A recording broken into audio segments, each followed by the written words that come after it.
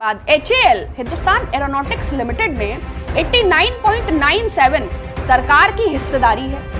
फिर अनिल अंबानी दिवालिया 1 लाख करोड़ का NPA है, उनको क्यों कॉन्ट्रैक्ट दे दिया जाता है राफेल का? वाई?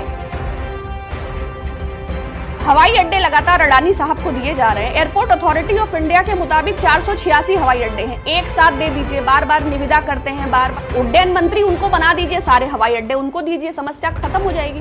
जो फंड आपको लेना है डायरेक्ट चाहे बीजेपी में ट्रांसफर करा लीजिए, चाहे संघ में ट्रांसफर करा लीजिए, चाहे PM केयर में करा लीजिए, वो भी ऑडिट के दायरे से बाहर है। तो सरकार भी आपकी है, मुंसिफ भी आपका है, जुडिशरी भी आपकी है, जर्नलिज्म भी आपका है, चैनल्स भी आपके हैं। आप ही सजा याफ्ता करते हैं, आप ही ट्रायल चलाते हैं, आप ही जजमेंट दे देते हैं, ज्यूरी भी आपकी ही है। आम आदमी तो इडियट है। ये तानाशाही फैसला है जो आम भारतवासियों पर जबरदस्ती लादा जा रहा है। बेहयाई है सरकार की, नाकामयाबी की। उसका जो ये सेलिब्रेशन टाइम टू टाइम हम देखते रहते हैं, नाकामयाबी जो शर्म से 2-4 करे, वो बेहया कामयाबी से बेहतर करेंगी। आप भारत को और कितना बेचेंगे? दोस्तों, अगर आप यह वीडियो हमारे फेसबुक पेज पर देख रहे हैं तो हमारे फेसबुक पेज को यहाँ क्लिक करके फॉलो करें और साथ में इस बेल आइकन पर भी क्लिक करें। अगर दोस्तों आप हमारी यह वीडियो यूट्यूब चैनल पर देख रहे हैं तो कृपया करके इस लाल बटन पर क्लिक करके सब्सक्राइब करें और साथ में इस बेल आइकन पर भी क्लिक करें, ताकि जो भी हम वीडियो डालें वो सबसे पहले आप तक पहुँच सके। सबसे पहले तो मैं इंजीनियरिंग और मेडिकल एग्जाम्स कि जो परीक्षाएं कंडक्ट हो रही हैं, इसका पुरजोर विरोध करती हूं। जबकि 33 लाख के पार हो रहा है और बीते 24 घंटे में 77,916 नए केसेस आए हैं। ऐसे समय में, इस गंभीर महामारी के संकट के दौर में, कोरोना के इस काल में पूरे भारत में इंजीनियरिंग और मेडिकल परीक्षाएं आयोजित कराकर सरकार विभिन्न चैनलों के माध्यम से राजनीतिक इच्छा शक्ति का संदेश दे रही है। ये किस प्रकार की राजनीतिक इच्छा शक्ति है? जो हमारे यूथ का, यंगस्टर्स का, नौनिहालों का जीवन दांव पर लगा दे। जब संख्या मात्र 500 के आसपास थी, तब अप्रैल में ये परीक्षा स्थगित हुई, जब उसके बाद एक बार और स्थगित हुई और अब तीसरी बार। तो अगर ये इतना इंपॉर्टेंट था तो तभी ऑर्गेनाइज हो जाना चाहिए था। अब जब संक्रमण की ये स्थिति है, इसे ऑर्गेनाइज करके सरकार क्या संदेश देना चाहती है? ऐसी ही इच्छा शक्ति के साथ नोटबंदी जैसा फैसला लिया गया, ऐसी ही इच्छा शक्ति के साथ GST जैसे फैसले लिए गए, और ये सारे फैसले इच्छा शक्ति नहीं, जनता पर इंपोज करने जैसे हैं, काले फैसले हैं। हर बच्चा अपने माँ बाप के लिए इंपॉर्टेंट होता है, वो अपनी फैमिली की उसका एक हर बच्चे का अपने पेरेंट्स के लिए बहुत महत्व है।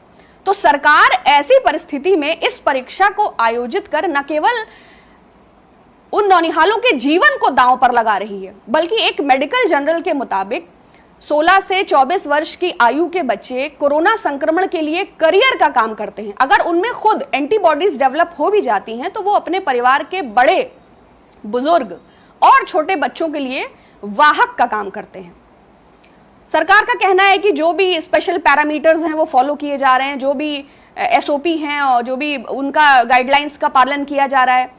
तो अगर ऐसा है तो इंडियन मेडिकल एसोसिएशन के रिपोर्ट के मुताबिक 1500 पैरा मेडिकल स्टाफ की मृत्यु हो चुकी है। लगभग 196 डॉक्टर्स कोरोना संक्रमित होकर अपनी जीवन गंवा बैठे हैं। अब उस हानि को उसके परिवार समझ सकते हैं, उनसे जुड़े हुए लोग समझ सकते हैं। तो इस आपदा काल में इसको आयोजित करने की सरकार की क्या जिद है, क्या मंशा है, क्या इच्छा शक्ति है, और इस दुर्भाग्यपूर्ण फैसले को सरकार क्यों इंपोज कर रही है, इसको क्यों जबरदस्ती लागू कर रही है, इसको सरकार स्पष्ट करे। शिक्षा मंत्री पोखरियाल, उनका बयान है कि ये तो प्रखरता है और इतना डाउनलोड हो चुके हैं इतने एडमिट कार्ड्स। जब आप लोगों को मजबूर करेंगे तो वो पब्लिक ट्रांसपोर्ट को भी यूज करेंगे, तो वो किसी तरह आएंगे भी। लेकिन अगर एक सत्र शून्य हो जाता है तो क्या ये जीवन से बड़ा विषय है? नहीं। और अगर है तो उनकी अगर मतलब ये जो 17 मजदूर ट्रेन के नीचे कट गए थे, जो ये लाखों तमिलनाडु और बंबई से पैदल चल के लोग आए थे, जो भयानक आपदा, सरकार की ना समझी, सरकार की कोऑर्डिनेशन की कमी, सरकार की राज्य सरकारों के साथ यूनिफॉर्म इंटीग्रेटेड अप्रोच ना होने के चलते जो कष्ट उठाया, उसका जिम्मेदार कौन है? क्या उन 17 मजदूरों की, या जो ट्रेन में हमारे मजदूर भाई मरे, तो क्या हत्या का मुकदमा केंद्र की नरेंद्र मोदी सरकार पर चलाया जाएगा? क्या सरकार उन बच्चों की जिम्मेदारी लेगी अगर वे संक्रमित होते हैं? तो सरकार को यह स्पष्ट करना चाहिए। और आप सबसे भी मैं अनुरोध करती हूं कि अपने सोशल मीडिया प्रोफाइल्स के माध्यम से इस निजामी फैसले, इस तानाशाही फैसले का पुरजोर विरोध करें and speak up for the safety of our students. This is absolutely, ये बहुत गलत है। दूसरा मैं कहना चाहती हूं कि अगर सरकार ये मान चुकी है, जैसा कि हम देख भी रहे हैं, ताली थाली दिया बत्ती मोमबत्ती धूप बत्ती अगरबत्ती, भाभी जी के पापड़, नीम का स्नान, सरकार कोरोना से निपटने में पूरी तरह विफल रही। और इस बिना सोचे समझे लॉकडाउन ने, अब करना है तो सब कुछ खोल देना चाहिए, फिर क्यों अभी तक ये सैटरडे संडे लॉकडाउन है, क्यों झूठी दिलासाएं हैं? मैं बार बार बात नहीं करना चाहती क्वारंटीन सेंटर्स की बदहाली पर, आईसीएमआर की किट्स पर, गुजरात के काल कोठरी वाले हॉस्पिटल पर, येदियुरप्पा सरकार के फर्जी वेंटिलेटर्स पर, पीएम केयर्स डीएस कटे थे, जो एक एक दिन का वेतन दिया गया था, जो एमपी और एमएलए की सैलरी में 30% का कटौती हुई थी, वो जो तमाम कंपनियां, नवरत्न और महारत्न कंपनियां, जिन्होंने 2105 करोड़ रुपए पीएम केयर्स फंड में दिया था, उस 5 दिन के 20 लाख करोड़ के टुंटी पैकेज के बारे में मैं बात नहीं करना चाहती, क्योंकि आप और हम अच्छी तरह जानते हैं कि हम किन हालात से गुजर रहे हैं, कैसे आम आदमी जूझ रहा है चीजों से। वो लाखों लोग जो अपनी नौकरियां गंवा चुके हैं, जो गरीबी की रेखा के नीचे आ चुके हैं, जिनका रोजगार नष्ट हो चुका है। तो सरकार से रहम की इल्तिजा है, सरकार से गुजारिश है कि हमारे बच्चों पर दया करें।